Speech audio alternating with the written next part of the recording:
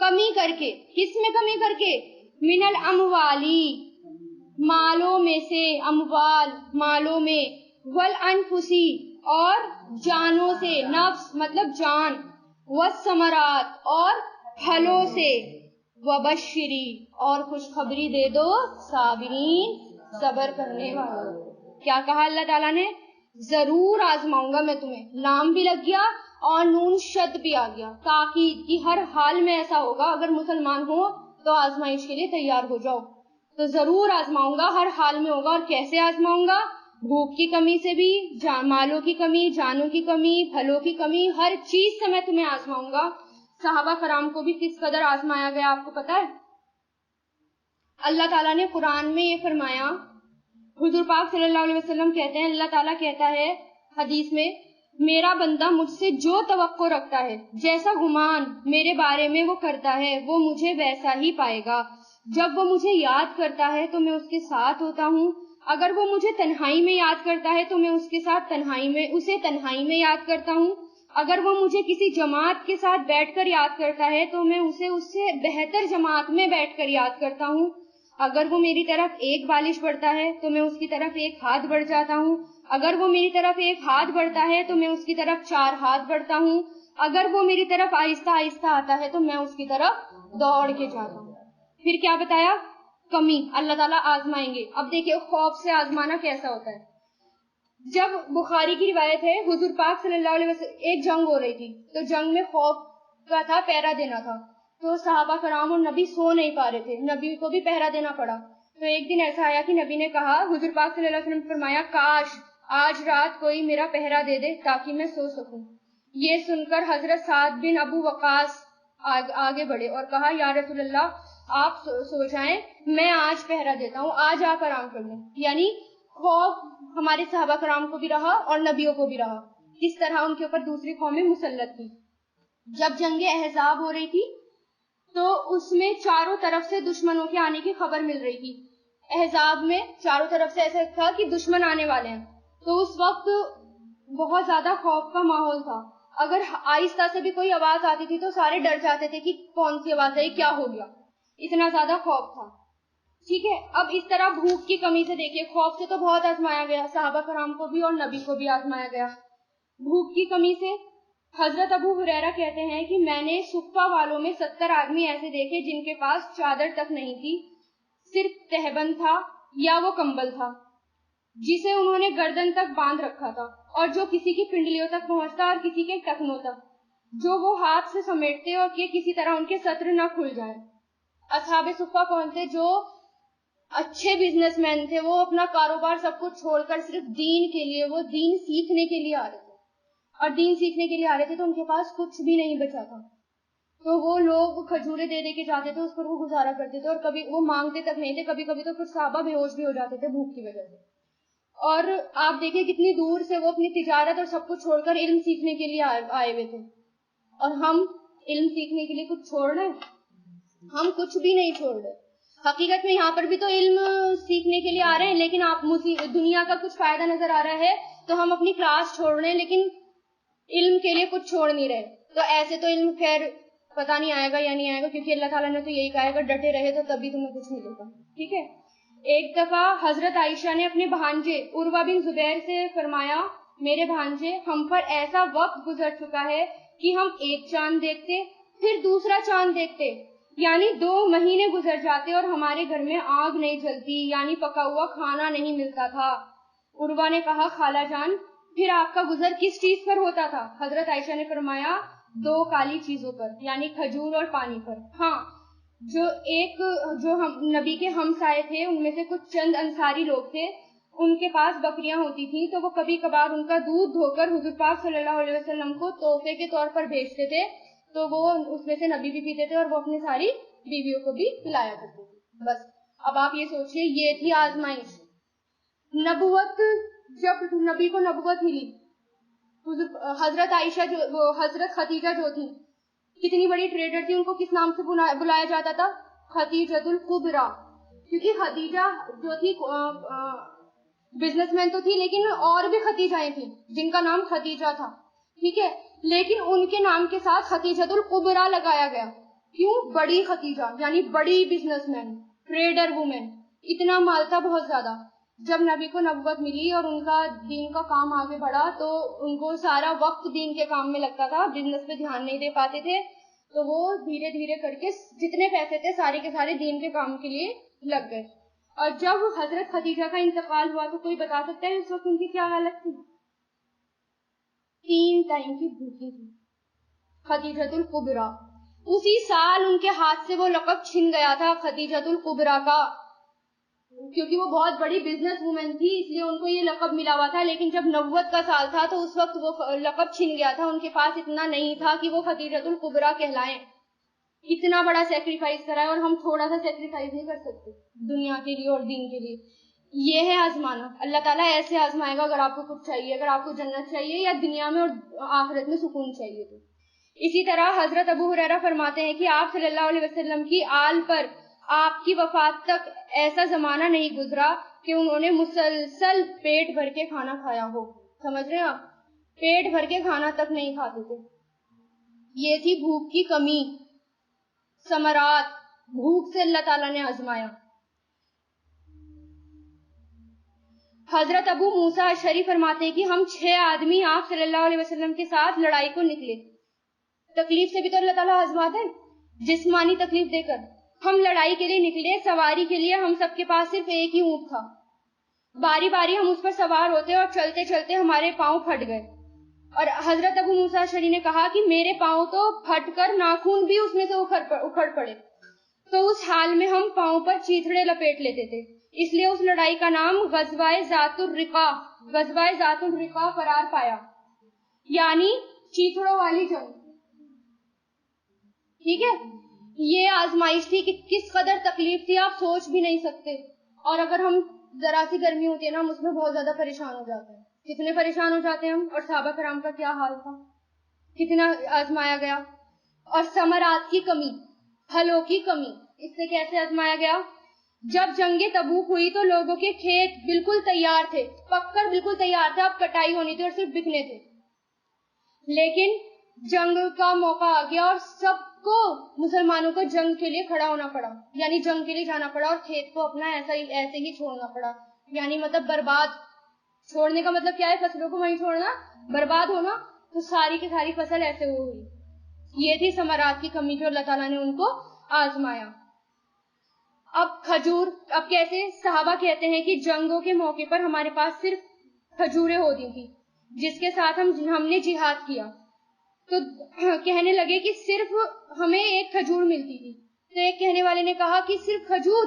تو انہوں نے کہا ہاں. جب وہ کھجور بھی ہمارے پاس سے ختم ہو گئی تو تب ہمیں اس کی قیمت کا پتہ چلا کہ وہ کتنی قیمتی تھی ہمارے لیے. اس طرح بھوک سے اللہ تعالیٰ نے آزمایا. تو ہمیں کیا لگ رہا ہے کہ اللہ تعالیٰ ہمیں آزمائیں گے؟ نہیں، کیونکہ اس آیت میں یہی آ گیا کہ میں ضرور تمہیں آزماؤں گا، ہر حال میں آزماؤں گا. تیار رہو اپنے آپ کو پکانے کے لیے. دنیا کا آپ کو کوئی فائدہ چھوڑنا پڑے نا تو اللہ کے خاطر چھوڑ دو، کیونکہ اللہ تعالیٰ آپ سے اتنی بڑی آزمائش نہیں لے رہے جتنی بڑی آزمائش صحابہ کرام اور نبی کی تھی. ان کے آگے تو کچھ بھی نہیں ہے. اس لیے علم سیکھنے کے لیے ہر حال میں آ جاؤ، چاہے آپ کو کتنی بھی دور سے آنا پڑے. اصحاب صفہ کتنی دور سے آئے تھے، اپنا کاروبار چھوڑ کر آئے تھے وہ تو. اور ان کا کیا حال تھا، کپڑے تک نہیں تھے پورے تن ڈھکنے کے لیے کہ پورا بدن وہ ڈھک لیتے. اور ہمارے پاس تو سب کچھ ہے اللہ کے کرم سے. عیش کا کھاتے ہیں، ہر چیز ہے، اے سی میں بیٹھتے ہیں، پنکھے میں بیٹھتے ہیں، ہر جگہ کھانا اویلیبل، پیٹ بھرا ہوا ہوتا ہے ہمارا ہر وقت. اس کے باوجود ہم سیکریفائس کرنے کو تیار نہیں ہے تھوڑا سا بھی. اگر سیکریفائس کریں گے تبھی کچھ ہوگا، ورنہ تو ہمارے ہاتھ سے دنیا بھی گئی اور آخرت بھی گئی. الذین، وہ لوگ جو اذا، جب، اصابتہم، پہنچتی ہیں انہیں. دیکھیے اس کا روٹ کیا ہے؟ سین واو با، صوب. صوب کہتے ہیں، اس کا جو روٹ میننگ ہے تیر کا ٹھیک نشانے پر لگنا. تیر ایک دم ٹھیک نشانے پر لگ جائے اس کو کہتے ہیں صوب. اصابہ یصیبو. ٹھیک ہے، تو اللہ تعالیٰ کی طرف سے جو مشکلیں آتی ہیں وہ بھی سیدھی آ کے پڑتی ہیں، یعنی اس کا نشانہ بھی بالکل صحیح سیدھا ہوتا ہے جو اللہ تعالیٰ کو دینی ہوتی ہے. تو اس لیے اس کا کیا ہے؟ اور وہ لوگ جب پہنچتی ہیں انہیں مصیبت، کوئی تکلیف. اس کا روٹ بھی وہی ہے، مصیبت ہم، مصیبت.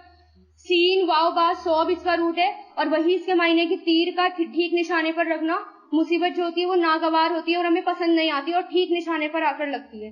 ٹھیک ہے, تو جب پہنچتی ہے انہیں مصیبتن کوئی مصیبت, قالو وہ کہتے ہیں, انا بے شک ہم, للہ اللہ کے لیے ہیں, وَإِنَّا اور بے شک ہم, الیہ اسی کی طرف, راجعون لوٹنے والے ہیں, رجوع کرنے والے ہیں. ان للہ وَإِنَّا الیہ راجعون, بہت بڑا کلام ہے.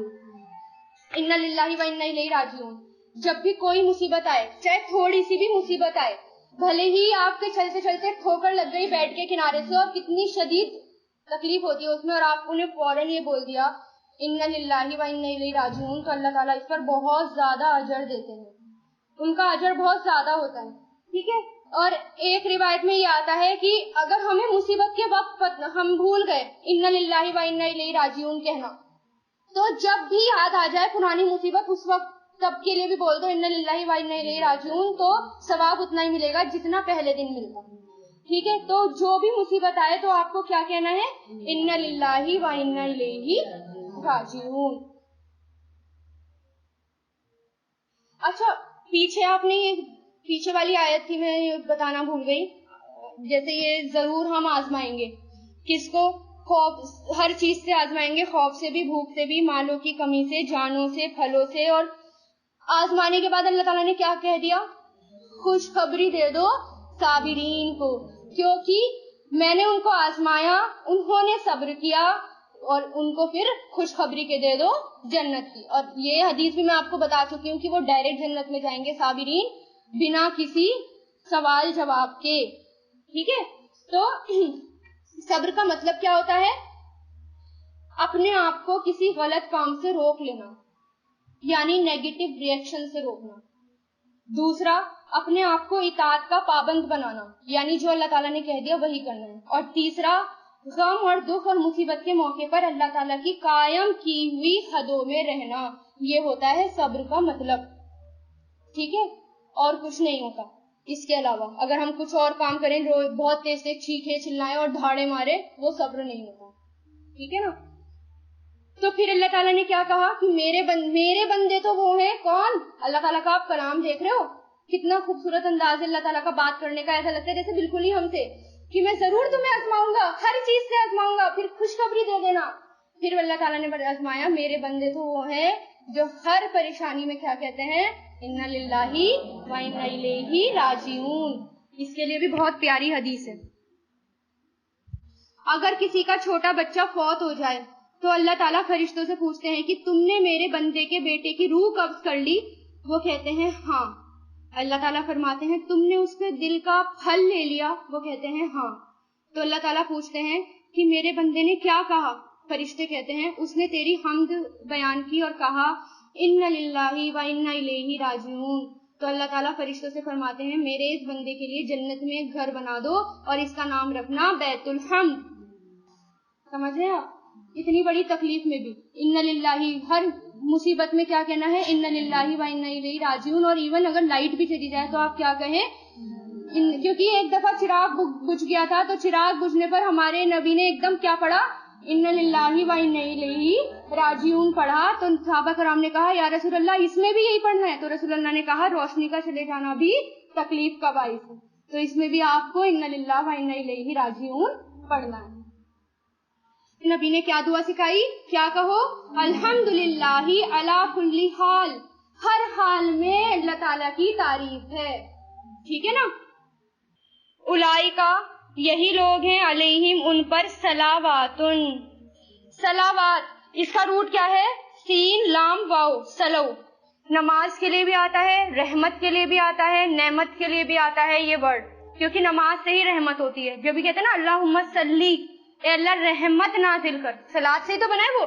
تو یہی لوگ ہیں ان پر صلواتو, نعمتیں ہیں, من ربہم, ان کے رب کی طرف سے, ورحمتن, اور رحمت ہے, واولائکا, اور یہی لوگ ہیں, ہم وہ سب, مہتدون, ہدایت پانے والے ہیں. کن لوگوں کی بات ہو رہی ہے, پیچھے صبر کرنے والوں کی بات ہو رہی ہے, کہ ہر حال میں جو صبر کرے اور ان للہ وَإِنَّا الیہ راجعون پڑھے, ان کے لیے کیا ہے, اللہ تعالیٰ کی طرف سے تمام نعمت اور رحمت ہے. ٹھیک ہے. اب اننا بے شک، صفا والمروہ، صفا اور مروہ کیا ہے؟ یہ صفا اور مروہ دو پہاڑیاں ہیں. من شاعری، شاعر اس کا روٹ کیا ہے؟ شین عین را. شعیرتن کی جمع ہے یہ. شاعر کہتے ہیں نشانی کو، ایسی نشانی، ایسی علامت جس کو دیکھ کر حقیقت کا پتہ چل جائے، ایسی نشانی جسے دیکھ کر اللہ تعالیٰ کی یاد آ جائے. ٹھیک ہے، تو بے شک صفا اور مروہ من شعائری، نشانیوں میں سے ہے، اللہ ہی، اللہ کی. فمن، فا مطلب تو، من جو، تو جو کوئی حجا، حج کرے، بیتا بیت اللہ کا، او اعتمرا یا عمرہ کرے، امرا اعتمرا عمرہ سے، یا عمرہ کرے، فلا تو نہیں ہے جناح کوئی گناہ علیہ اس پر، ان کے یطوفا وہ طواف کرے. طواف سے معنی طواف. اچھا اس کا روٹ کیا ہے؟ طواف، طواف مطلب چکر لگانا. ٹھیک ہے، چکر لگانا اور ایک کے بعد ایک آنا. جیسے مصیبتوں کے لیے خیال، خیال کے لیے بھی یہی آتا ہے، کیونکہ خیال جو ہیں وہ آتے ہیں اور جاتے ہیں، آتے ہیں اور جاتے ہیں، چکر لگاتے ہیں. اور طواف کے لیے بھی یہی ورڈ آتا ہے. ٹھیک ہے، یہ کہ وہ طواف کریں بیہما ان دونوں کا. ومن اور جو کوئی یتوعا خوشی سے کرے، خوشی سے کرے، خیرن کوئی نیکی، فإنا تو بے شک اللہ شاکرون قدردان ہے. شکر گزار نہیں ہو گئے اللہ تعالیٰ، قدردان مطلب جو کوئی اللہ تعالیٰ کا شکر ادا کرتا ہے تو اللہ تعالیٰ اس کے شکر کی قدر کرتے ہیں. ٹھیک ہے نا، بے شک اللہ تعالیٰ قدردان ہے، علیم جاننے والے ہیں. صفا اور مروہ، حضرت ابراہیم علیہ السلام اپنی بیوی اور بچے کو چھوڑ گئے تھے مکہ میں، تو ان کے پاس جو کھجور اور پانی تھا وہ بھی ختم ہو گیا. حضرت اسماعیل علیہ السلام بھوک سے بلبلا رہے تھے، ان کا کیونکہ حاجرہ علیہ السلام نے پانی تک نہیں پیا تھا تو ان کا دودھ آنا بھی بند ہو گیا تھا. یعنی وہ اتنا چھوٹا بچہ تھا، دودھ پیتا بچہ تھا، تو اس کے لیے جب انہوں نے دیکھا کہ بچے کی اتنی بری حالت ہو رہی ہے تو وہ کہاں گئی؟ دوڑتی ہوئی صفا پہاڑی پر. پھر دوڑتی ہوئی انہوں نے اوپر جا کر دیکھا، جھانک کر دیکھا تو کوئی نہیں ملا. اس طرح وہ دوڑتی ہوئی مروہ پہاڑی پر گئی. انہوں نے دیکھا کہ شاید کہیں دور دکھ جائے پانی ہے یا نہیں ہے، لیکن ان کو وہاں پر بھی پانی نہیں ملا. ٹھیک ہے، اس طرح وہ دوڑتی رہی، چکر لگاتی رہی، اور اسماعیل علیہ السلام اپنی ایڑیاں رگڑتے رہے. وہاں سے کیا بہنا شروع ہو گیا؟ پانی بہنا شروع ہو گیا، اور وہ پانی رک نہیں رہا تھا، اتنی کثرت سے وہ پانی بہنا شروع ہو گیا. انہوں نے اس کی سائیڈ میں وہ بھی مٹی سے بنا بھی رہی تھی، وہ رک نہیں رہا تھا پانی، تو تب ان کو کہنا پڑا زمزم، یعنی رک جا. تب وہ پانی ٹھہر گیا. ایک روایت میں آتا ہے کہ اگر وہ زمزم نہ کہتی تو وہ پانی بہتی شکل میں ہوتا ندی کی. لیکن اس میں بھی حکمت ہے، اگر وہ بہتی شکل میں ہوتا تو کتنا پولیوٹڈ ہو جاتا، اس میں کوئی معجزہ بچتا نہیں بچتا. لوگ اس کو ایسی اور پانی کی طرح پولیوٹڈ کر دیتے اور گندا کر دیتے، اس لیے وہ پانی وہیں کے وہیں رکا رہا اور آج تک وہ معجزہ ہے. تو لوگوں نے کیا کرا تھا، جب جاہلیت کا زمانہ تھا تو صفا اور مروہ پر انہوں نے بت رکھ دیے تھے، دونوں پہاڑیوں پر انہوں نے بت رکھ دیے تھے. صفا پر اساف نام کا بت اور مروہ پر نائلہ نام کا بت. ٹھیک ہے، اہل مدینہ ان دونوں کو نہیں مانتے تھے، وہ منات کو مانتے تھے. اب جب یہ مسلمان ہوئے تو حج کرنے کا ارادہ کیا تو وہ اپنی پہاڑی پر جاتے نہیں تھے. یعنی جب مدینہ والے حج کرنے کا انہوں نے ارادہ کیا تو وہ پہاڑی پر جاتے نہیں تھے. کیوں نہیں جاتے تھے؟ ان کو یہ لگتا تھا کہ کہیں یہ جاہلیت کی رسم ہے، کہیں یہ گناہ تو نہیں اسلام میں، کیونکہ نئے نئے اسلام رہے تھے، اس سے ریلیٹڈ کوئی آیت نہیں آئی تھی صحیح کرنے کی. تو انہوں نے کہا کہ اگر ہم چلے جائیں گے تو کہیں یہ گناہ تو نہیں ہو جائے گا. تب اللہ تعالیٰ نے کہا نہیں، اس وقت تو اس پر بت رکھے تھے، اب تو بت ہٹا دیے، اب یہ تو حاجرہ علیہ السلام کی سنت ہے. دیکھا اللہ تعالیٰ نے عورتوں سے بھی کتنے بڑے بڑے کام لیے. اللہ تعالیٰ نے عورتوں کو بھی پیچھے نہیں چھوڑا. اگر ہم صحاباؤں کی بات کرتے ہیں نا تو ساتھ میں صحابیات کا بھی آپ ذکر کریں کہ حضرت سمیہ کتنی بڑی شہدا، حضرت حاجرہ علیہ السلام سے اللہ تعالیٰ نے کتنا بڑا کام لیا. ان کی سنت آج تک ہے اور قیامت تک رہے گی. انہوں نے اتنا بڑا سیکریفائس کیا، صبر کیا. کیا صبر کیا تھا؟ حضرت حاجرہ کو جب ابراہیم علیہ السلام چھوڑ رہے تھے، اپنے چھوٹے سے بچے کو چھوڑ رہے تھے، تو انہوں نے کیا کہا، آپ ہمیں کیوں چھوڑ رہے ہیں؟ کیا یہ اللہ کا حکم ہے؟ بس ایک بار کہہ دیجئے تو ہم اس پر اطاعت کریں گے. تو انہوں نے جب کہا تو انہوں نے اس کے بعد کوئی سوال جواب نہیں کیا اور خوشی سے وہاں رک گئے. اتنا بڑا صبر تھا یہ. تو یہ کیا تھا، حضرت حاجرہ علیہ السلام نے اللہ کے حکم سے صبر کرتے ہوئے تنہا اسی جگہ خوشی سے زندگی گزاری, اور وہ سنگل مدر تھی جو انہوں نے پالا. اور ان کی پرورش دیکھیے, اسماعیل علیہ السلام کو انہوں نے کیسا پالا کہ جب بچے کو کہا ابراہیم علیہ السلام نے کہ میں نے خواب میں دیکھا کہ بیٹے میں تمہیں ذبح کر رہا ہوں, تو بیٹے نے کیا کہا, ابا جان جو آپ نے خواب دیکھا آپ وہ پورا کریے. یہ پرورش تھی. کیا ہماری ایسی پرورش ہے؟ ہمیں دنیا کے کاموں سے فرصت ملے تو ہم کریں کچھ کام, دنیا میں جھکنے سے فرصت ملے تو ہم کچھ کریں گے, تب ہم ایسی پرورش کر پائیں گے. تو اتنا بڑا سیکریفائس تھا, وہ سنگل مدر تھی اور انہوں نے اتنی اچھی پرورش کری. ٹھیک ہے, تو یہ انہوں نے صبر کیا, اور ان کا بہت بڑا صبر تھا یہ بھی. تو پھر اللہ تعالیٰ نے یہ آیت نازل کری کہ نہیں, ان دونوں کی صحیح کرنا کوئی گناہ نہیں ہے, وہاں پر بت نہیں رکھے ہوئے, آپ اللہ تعالیٰ کے لیے کر رہے ہو. اور یہ حاجرہ علیہ السلام کی سنت ہے تاکہ ان کے صبر کو دنیا یاد رکھے, اس لیے اللہ تعالیٰ نے اس کو صحیح کرنے کا حکم دیا کہ اب اس میں گناہ نہیں ہے, آپ خوشی سے طواف کرو. اب آگے چلتے, ان الذین, بے شک وہ لوگ جو یکتمون, کتما سے بنا ہے, کتما مطلب کس کو کہتے ہیں, چھپانے کو.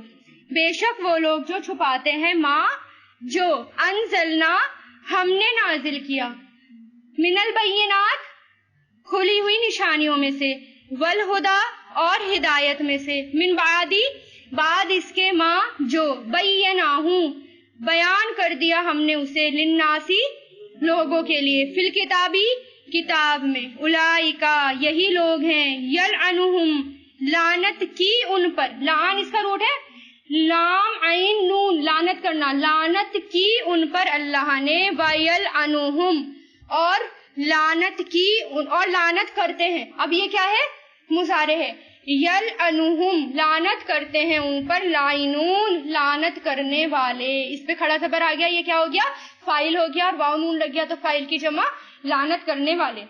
بنی اسرائیل کا ذکر ہے یہاں پر. بنی اسرائیل کیا کرتے تھے, جتنی بھی خیر کی اور اچھی باتیں ہوتی تھی وہ عام پبلک سے چھپا لیا کرتے تھے. ان کے جو علماء تھے وہ عام پبلک کو تو بتانا دور, وہ کبھی کبھار اپنے قریبی لوگ اس کو بھی بتانا گوارا نہیں کرتے تھے, ان تک سے وہ چھپا لیا کرتے تھے. تو جب لوگوں کو اللہ تعالیٰ کی باتیں پتہ نہیں چلی تو جہالت عام ہو گئی, خون خرابات, زمین میں فساد, یہ سب عام ہو گیا. اس پر فساد پھیلا, اس پر ان کے علماء نے ان کی اصلاح کرنے کی کوشش کری, اور اپنا مرتبہ اور اپنا شان دکھانے کے لیے انہوں نے اللہ تعالیٰ کی آیتوں کو بیچنا بھی شروع کرا, یعنی تاکہ ان کا مرتبہ بڑھے اور ان کا رتبہ بڑھے. ٹھیک ہے, تو شروع میں وہ کیا کرتے تھے, کچھ برائیوں سے تو منع کرتے تھے, بعد میں آہستہ آہستہ کر کے وہ اس پر بھی خاموش ہو گئے, برائیوں کو روکنا انہوں نے چھوڑ دیا. ٹھیک ہے, پھر وہ لوگوں کو ان کی مرضی کے مطابق آیتیں اللہ تعالیٰ کی بتایا کرتے تھے. تو اس پر اللہ تعالیٰ نے کیا کہا کہ ایسے لوگوں پر اللہ تعالیٰ کی لعنت ہے. کیا ہوتا ہے جب ہم علم کو چھپائیں گے اللہ تعالیٰ کی, اب جب آپ یہ اتنا بڑا علم لے رہے ہیں تو آپ کا فرض بھی یہ بنتا ہے کہ آپ بھلے ہی ایک شخص کو بتائیں, لیکن آپ کو بتانا ہے, اس کو آگے پہنچانا ہے, اپنے ہاتھ میں نہیں رکھنا, ورنہ تو وہی نا, جل جائیں گے اپنے ہاتھ میں رکھیں گے. تو کیا ہے, بخاری شریف میں حضرت ابو ہریرہ روایت کرتے ہیں کہ جس شخص سے علم کی بات پوچھی گئی پھر اس نے اس کو چھپا لیا تو قیامت کے دن اللہ تعالیٰ اس کے منہ میں آگ کی لگام ڈالیں گے, آگ کی لگام لگائیں گے. اسی طرح حضرت ابو ہریرہ کہتے ہیں کہ اگر قرآن کی یہ آیت نازل نہ ہوتی تو میں کسی کو کوئی حدیث بیان نہیں کرتا, کیونکہ حدیث بیان کرتے ہوئے وہ ڈرتے تھے کہیں ہم سے کچھ چینج نہ ہو جائے, اتنا سا بدل نہ جائے. تو انہوں نے کہا اگر یہ لعنت والی آیت نہ ہوتی تو ہم شاید حدیث بتاتے ہوئے بھی ڈرتے, لیکن ان کو بتانی پڑی.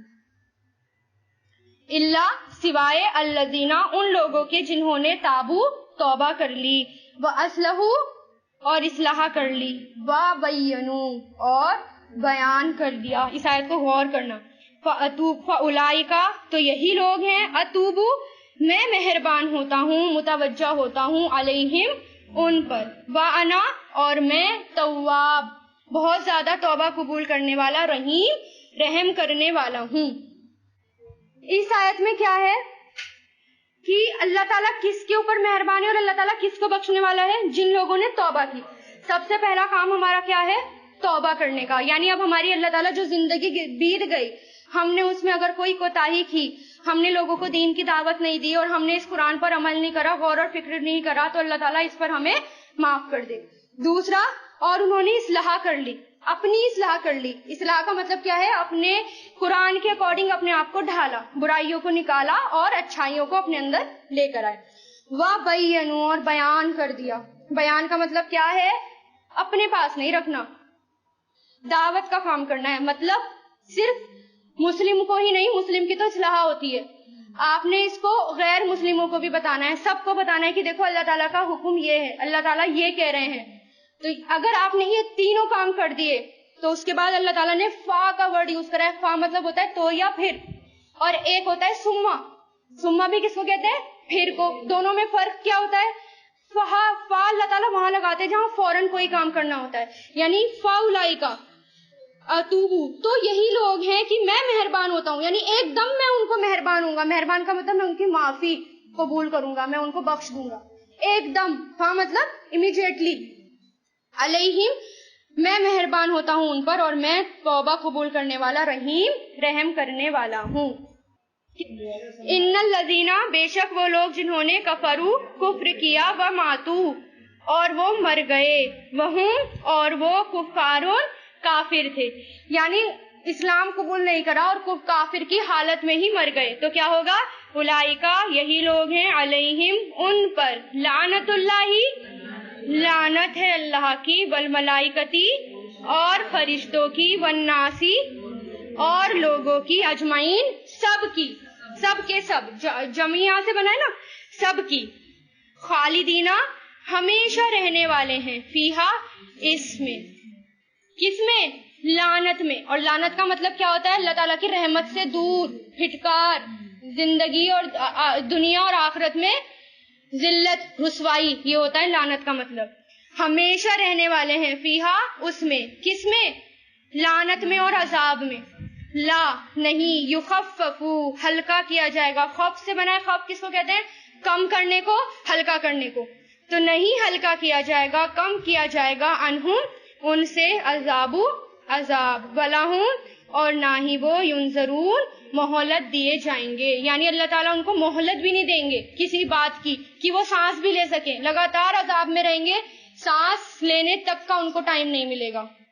وَإِلَٰهُكُمْ اور تمہارا معبود، الہٌ ایک معبود ہے، واحد ایک، لا الہ نہیں کوئی معبود، الا ہوا سوائے اس کے، ہوا وہی، الرحمن بہت مہربان، الرحیم نہایت رحم کرنے والا ہے. یہ